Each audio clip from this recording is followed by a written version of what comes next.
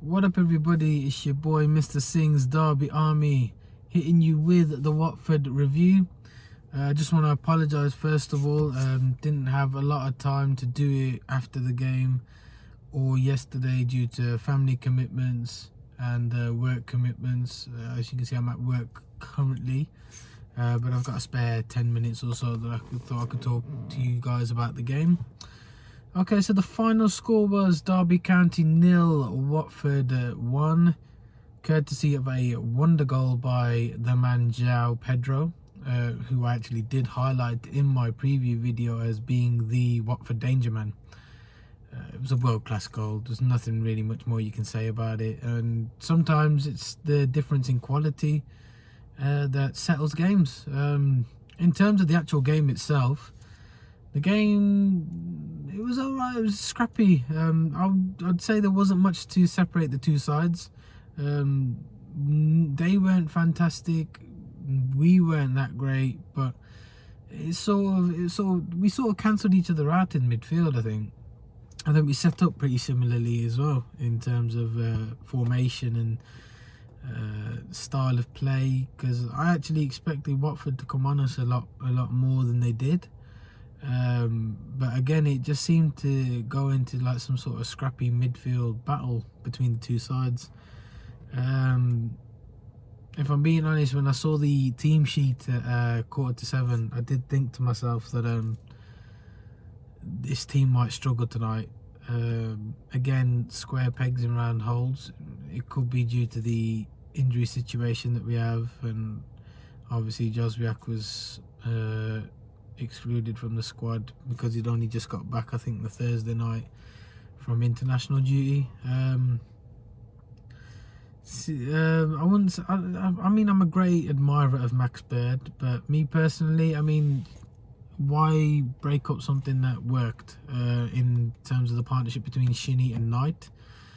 Centrally, they worked perfectly together against Norwich, and I don't think we should have really split up that partnership. I thought we should have kept Knight more central, but instead Cocu decided to put him out on the left wing and Dwayne Holmes on the right. I just get this feeling that Dwayne doesn't really, I mean, not that he doesn't like playing right wing, I just don't think he's comfortable, because I think his natural position actually is number 10, just behind the striker. So I mean, I'd like to see him there. I mean, obviously due to the injury situation and whatnot, and lack of players, I think maybe he decided to go with Holmes there.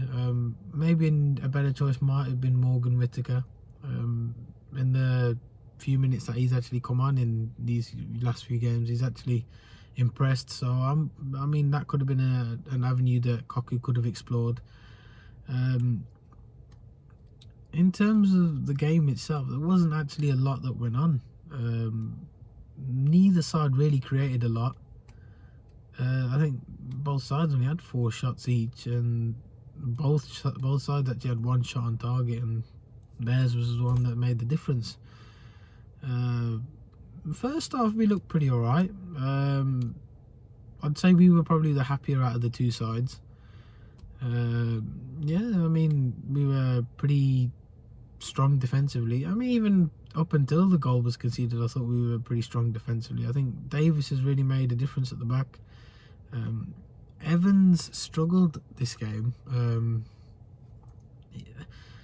He's not a natural centre-back, is he really? He's more of a midfielder, but I mean, he has put in good performances at centre-back, so I can understand why Cocu would like to play him there. But me personally, I probably would have put Wisdom there. If you're going to play a back 3, and on the right side of the 3, I think Wisdom's probably more suited to that. Obviously with Byrne and Buchanan going up and down the flanks. To be honest, both of them did impress me actually, Buchanan especially. I was there when he capitulated, well, not he, but the team capitulated against Brentford last season 3-0. And he doesn't look anywhere near that same player, so he looks like he's come on pretty much leaps and bounds, and I'm quite excited to see the progression of Lee Buchanan actually, because he offers a different attacking outlet, which we haven't really seen at left back for a while. I mean, Forsyth can put decent crossing.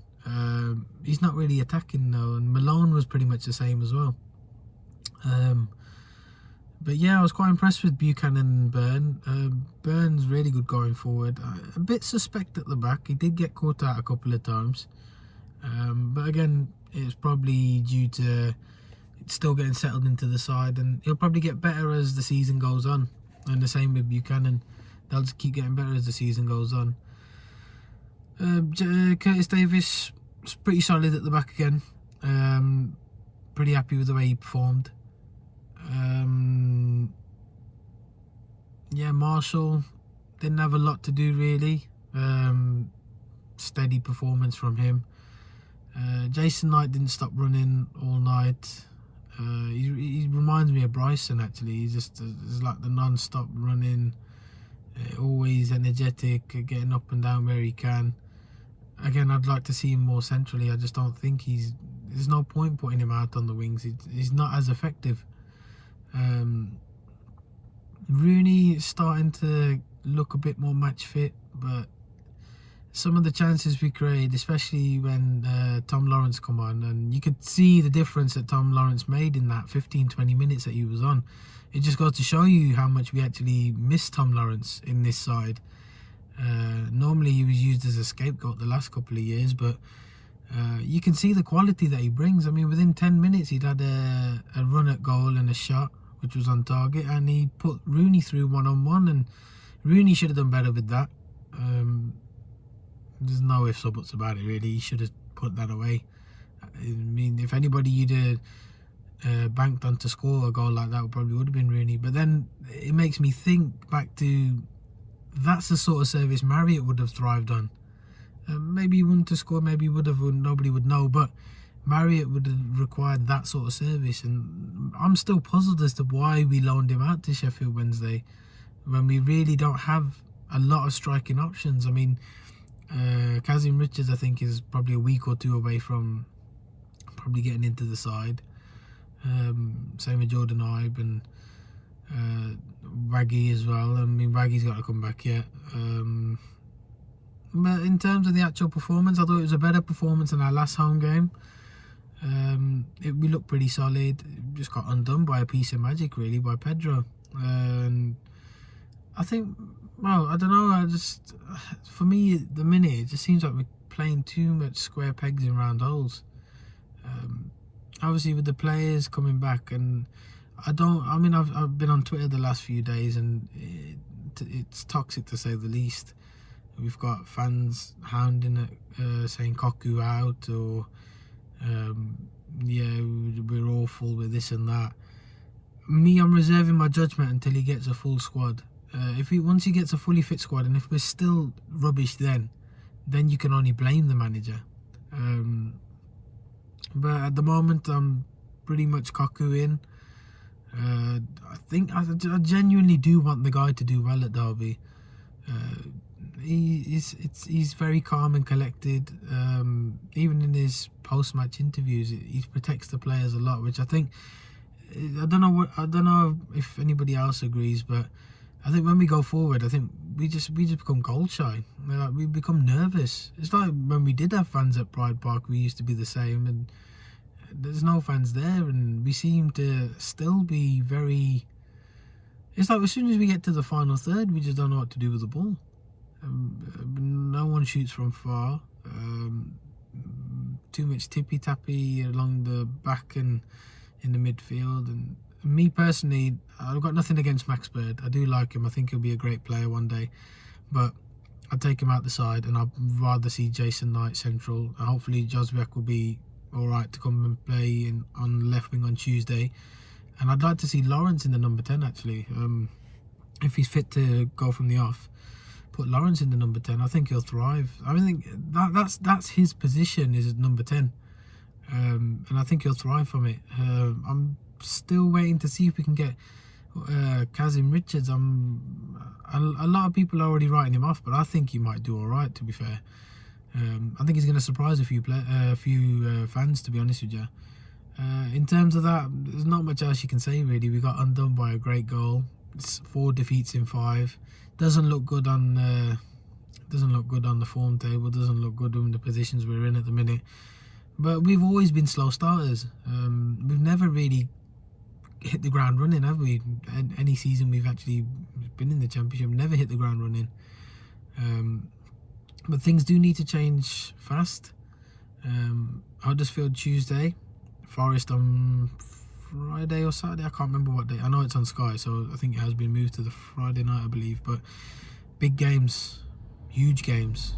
They're teams that are in and around us at the minute, so we really need to get a result. I will be doing a Huddersfield preview probably tomorrow if I get time. If not, it'll be Tuesday morning. The positives are there to see, but something needs to change. We need to put these chances away. We need to create more. That side on Friday night, it lacked. You could see from the team sheet, it lacked creativity. And Tom Lawrence, as soon as he come on, he showed what he can do, and that's what we're missing. We're missing that little maestro that can dictate the play and put the ball forward. But obviously, we got to keep the faith. Hopefully, we'll see how it goes against Huddersfield. And all I can say is to keep the faith. Let's judge Koku after the squad is fully fit, and let's see where we go from here.